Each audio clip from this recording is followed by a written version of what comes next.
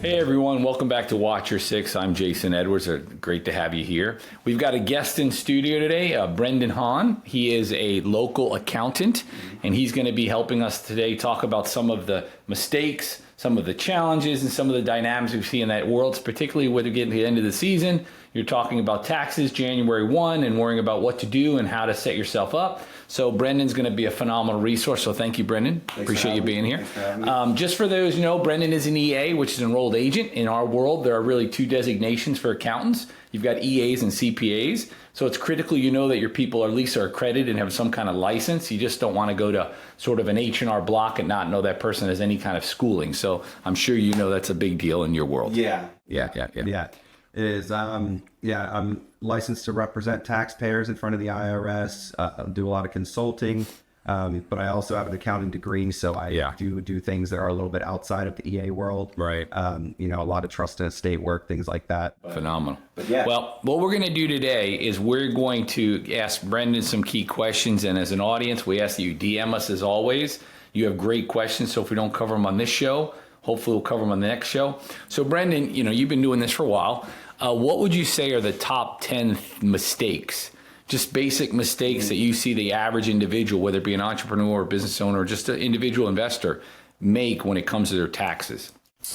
Well, when it comes to the taxes, consulting. Yeah. I think, I always tell clients whenever they come in, you need to treat your life like a corporation. You need your board of directors. So that would be your attorney, your financial advisor, your accountant, you have your doctor, you could throw that in the board of directors, but you need to consult somebody who knows what they're talking about and just admit that you aren't the smartest person to ever exist. Right. You need help. And if you're going to be successful, you need people around you that can guide you and help you get there. And that sort of fits into our Watch Your Six methodology. We talk about that. If you don't have those individuals, you don't even know what you're not aware of. Yeah. So you don't know what to look for. Yeah. So the reality of it is they just go through a cycle, and particularly with business owners, I see that a lot. Small business owners, they have a great concept idea, have no idea. They don't have a CFO. Yeah. They don't have an accounting team, and they have no idea how to structure their business so that it's lucrative financially and cash flow isn't prohibitive by tax planning.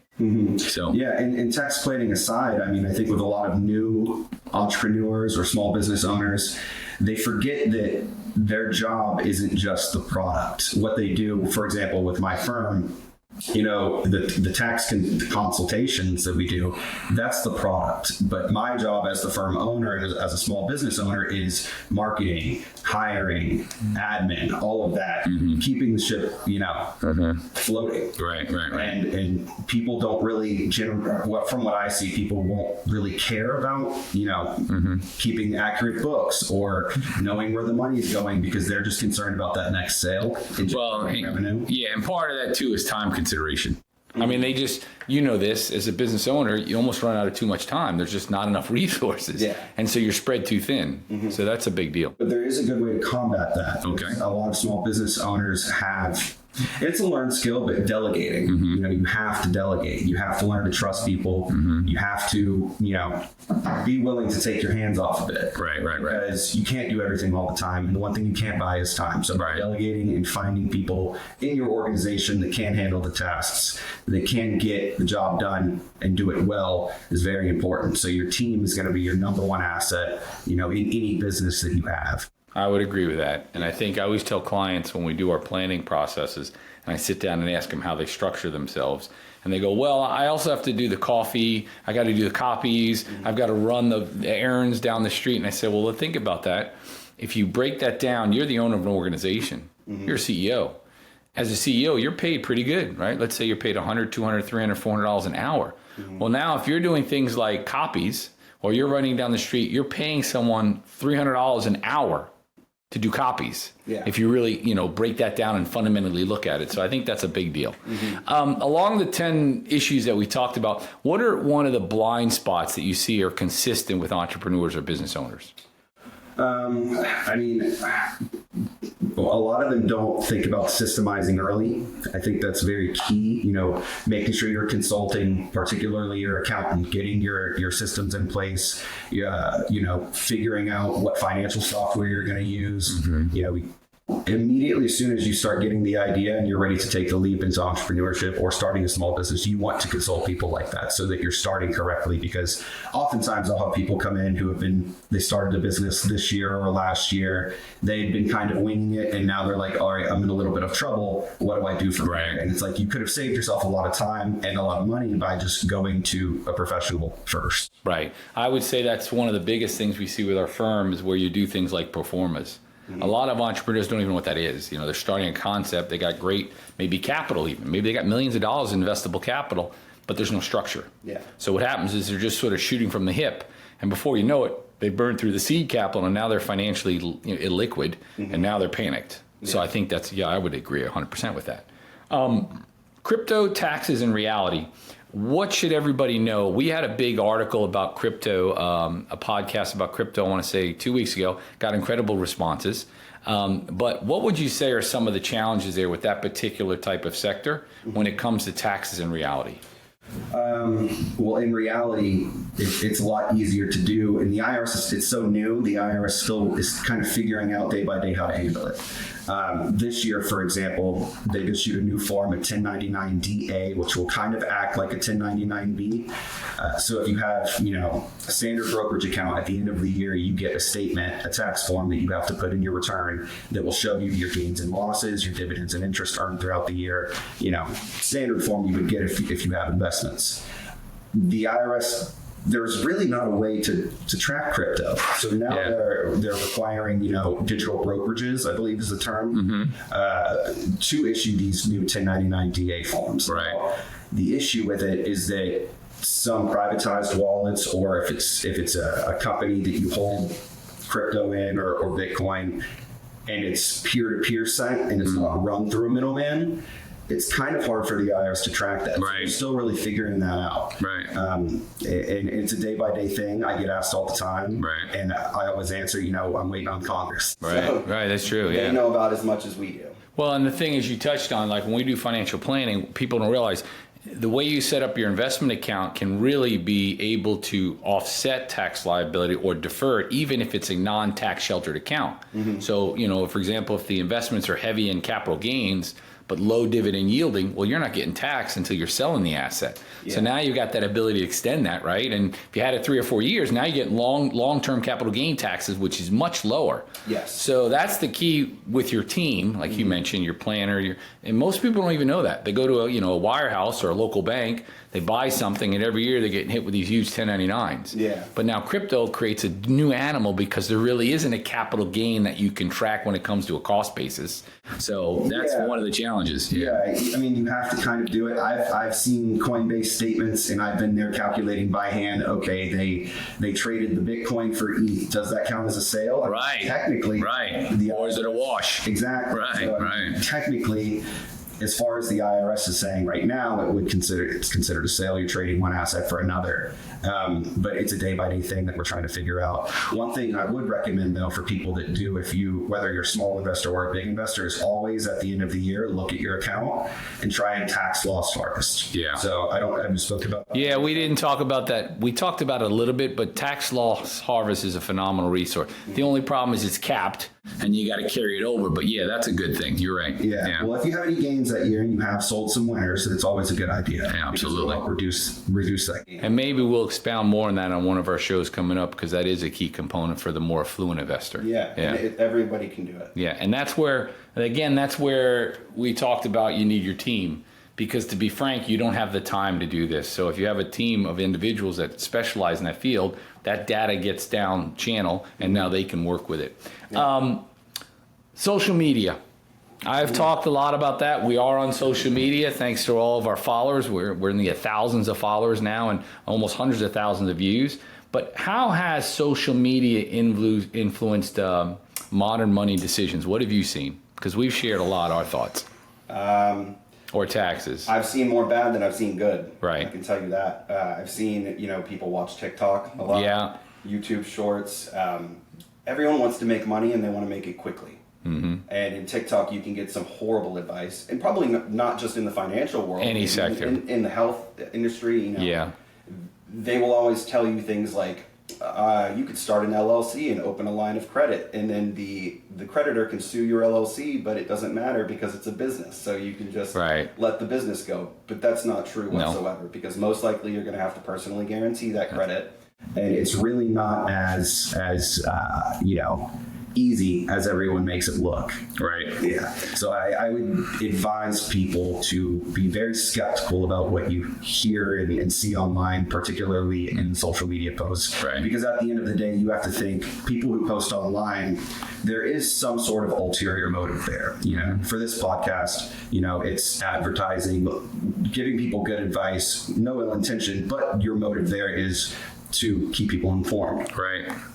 Some people, they get paid for the amount of views that they get. Right. They get paid by the amount of likes. Right. So they may not be a professional in what they're talking about. They just make it look really good, and you have a bunch of people making bad mistakes. Right. Yeah. And that is something we talked a lot about in our podcast, is that, you take a 30-second blurb and run with it.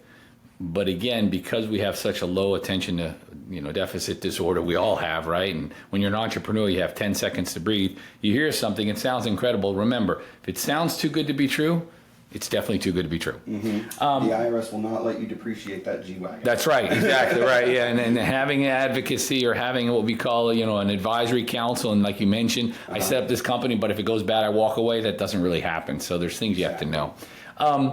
So the accountant's guide to building a bulletproof financial freedom. What would be, you say, again, just maybe 2 or 3 things that an individual on the show right today could say, you know what, I got to think about that. Yeah. Number one thing that people often don't think about is saving for retirement and using that to your advantage. Whenever I was in college and going through, my initial finance courses, the one thing that stuck with me the most was compound interest. And, you as an advisor, the power of that, and you know how quickly it can turn you wealthy. You don't need to make 6 figures to become a millionaire. You really don't. No, not today. You don't need to get rich fast. It's not sexy, but you can get wealthy. It just takes a long time, and it's very boring. So, maxing out your retirement as much as you can. I get that some people obviously can't do that. So my rule of thumb is 15%. Mm-hmm. You put 15% away from each paycheck, or every dollar you earn. Mm-hmm. That's ideal. At least at bare minimum, if your employer offers some sort of match on your 401k, you're leaving free money on the table by not at least doing that. So that's the number one. Things like HSAs, everyone has health costs and medical costs. Those are tax deductible accounts you contribute up to each year if you have a high deductible health plan, which majority of Americans do. Mm-hmm. So that's a primary one as well. And then also, if you have children, there are various accounts that can help them out. So, student loans are a huge thing that is an issue, are an issue. 529 plans, starting those early as soon as your kid is born. By the time they're 18, you don't have to worry about that. Right. You don't have to worry about it. Right. It sets them up for financial success as well. Right. So, well, and it's funny you mention it. We have some clients that are on different spectrums. We have clients that are just starting out, and we have clients, like I told you, call them jumbo wealthy. They're multimillionaires.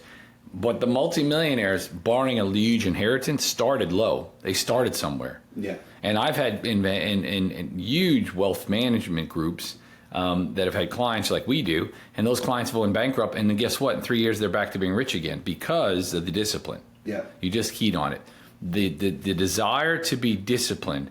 Maybe I'll be boring for 5 or 10 years, but at year 20, I'm rich. Yeah. Or I'm wealthy. And wealthy, again, is a definition you determine, whatever it is. Spending more time with the family, having the financial freedom, buy what you want, maybe support other groups. But you're right. It takes energy.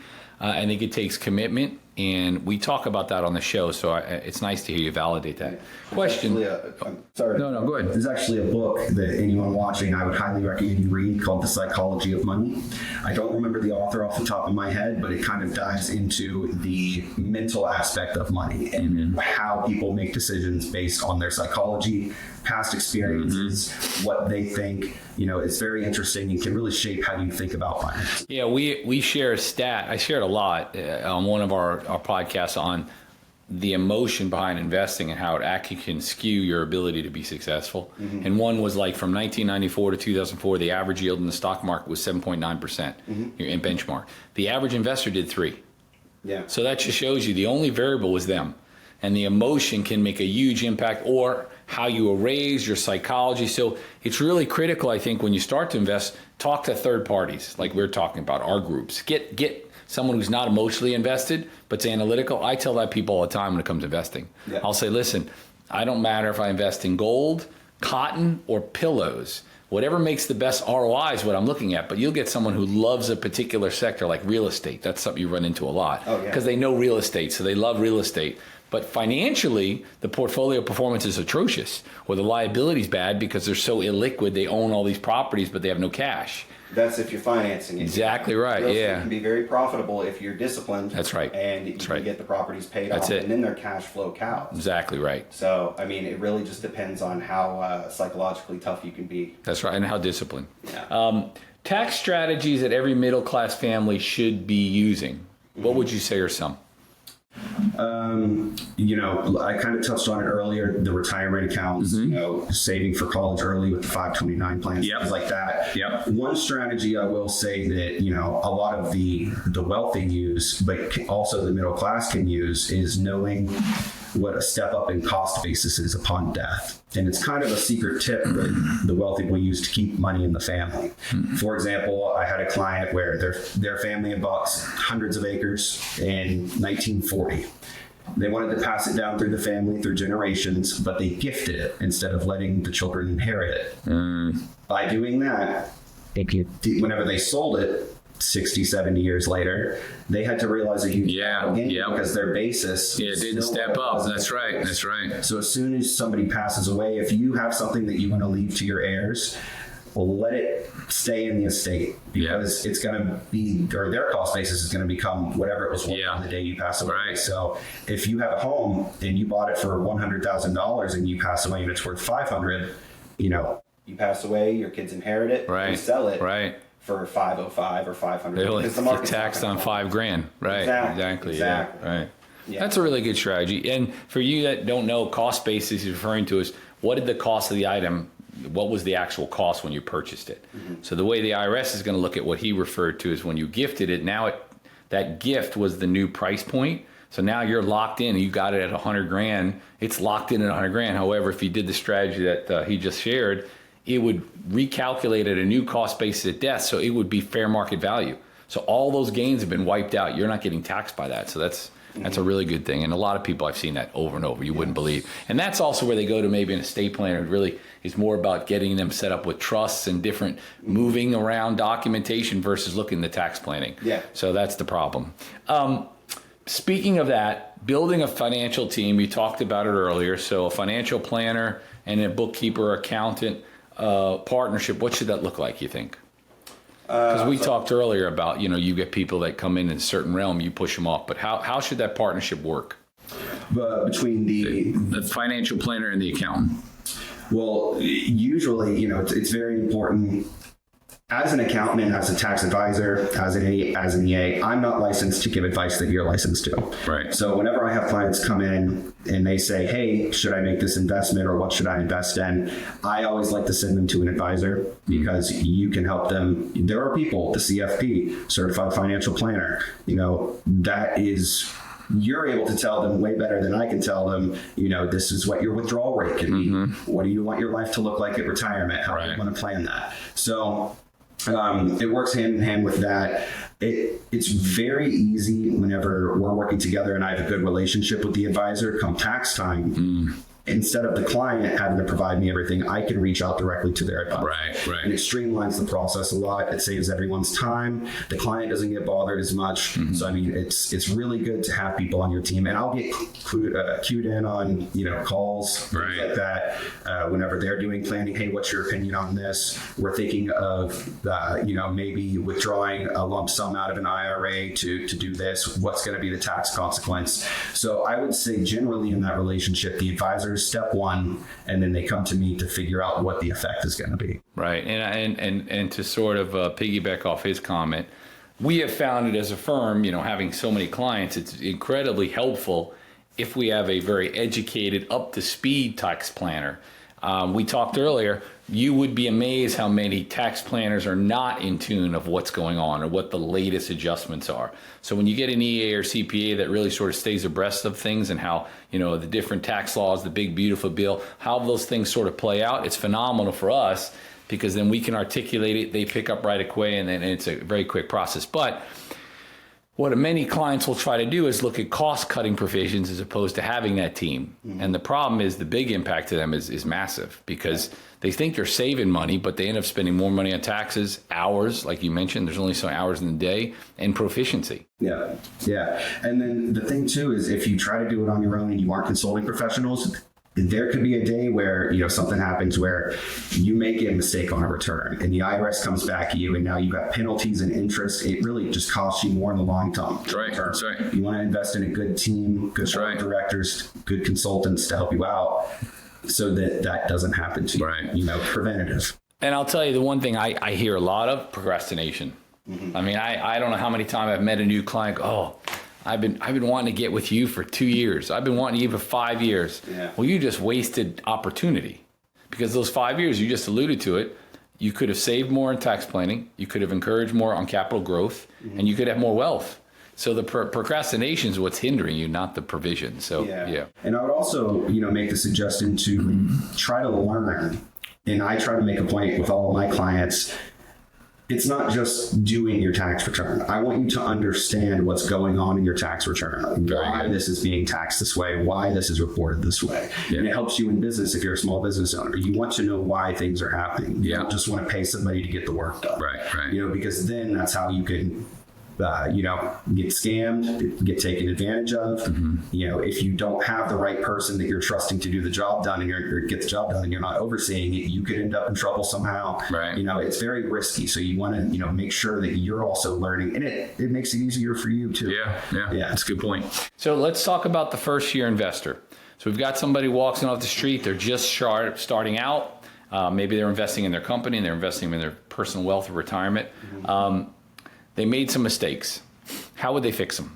Tax-wise, how would they might fix them? So they made some errors. They set up the wrong account, whatever it is. What were your thoughts on how they might fix those? Well, it depends on, what the error was. If they set up the wrong account, it depends. It really depends on the type of account it would be. If you set up a traditional account, a traditional IRA account, you wanted it to be a Roth, well, that's an easy fix. Right. If you set up an account you weren't eligible for, hopefully you consulted somebody that could advise you on that, so that can be corrected. Right. The IRS, people are often scared of them, but they will work with you. They're people too. They understand the code is complicated. I've had to explain the code to IRS agents myself before in their office. Yeah. So, mistakes happen all the time. Nobody's perfect. If you make a mistake, you just want to make sure that you recognize it quickly and get it fixed. But again, it all just comes back to making sure that you're starting out with a good team so that doesn't happen. Good. And that really, again, I think the thing I stress with this podcast, which is unique to the financial sector because we have competitors, is we're not about just selling you a stock or getting you in a mutual fund or getting you an ETF. We want you to understand that it's a big picture. And if it's not a big picture, you don't have a way to protect yourself, so you don't know. So now, on our podcast, we have our Jason's 5. I'm going to turn it over to you and have you do the Brendan 5 for me, okay? So what are top 5 misunderstood tax deductions? So this is our Jason's 5. Brendan's going to shoot us 5 misunderstood tax deductions. What do you got? Primarily the itemized deductions. Okay. I think there's 4 right there. Your charitable donations, your medical expenses, your real estate taxes, your mortgage interest, how those are calculated. I get calls all the time. Can I deduct my mortgage interest, or can I deduct my investment fees, things like that. Really, it's a little bit of a complicated calculation, but again, this is why I stress to all my clients, I want you to understand why you do not or do qualify for the itemized deduction. I would say that that's the most complicated one and the most common one that people encounter. Right. Various business deductions, depreciation, if you're a small business owner. I think it's really important to understand that because some people don't understand the different types of depreciation, or, they think that it may be beneficial to do 100% bonus depreciation on something, which that is just where you fully expense, a piece of equipment or an asset that you bought in that 1 year. And again, that comes back to the tax planning part, and that's where we look at, forecasting your revenues over the next few years to make decisions on that. But primarily the itemized deductions, I would say, are the most. Can I write off my medical bills? Can I write off this? Well, you can, but there are stipulations and requirements, thresholds you must meet, things like that. Yeah. Well, thank you, Brendan, for being on the show. We hope you all enjoyed this. We'll have Brendan back to talk about more information. If you have any information or questions you have answered, remember to DM us. I'm Jason with Watch Your Six, and we'll see you next week. Thanks.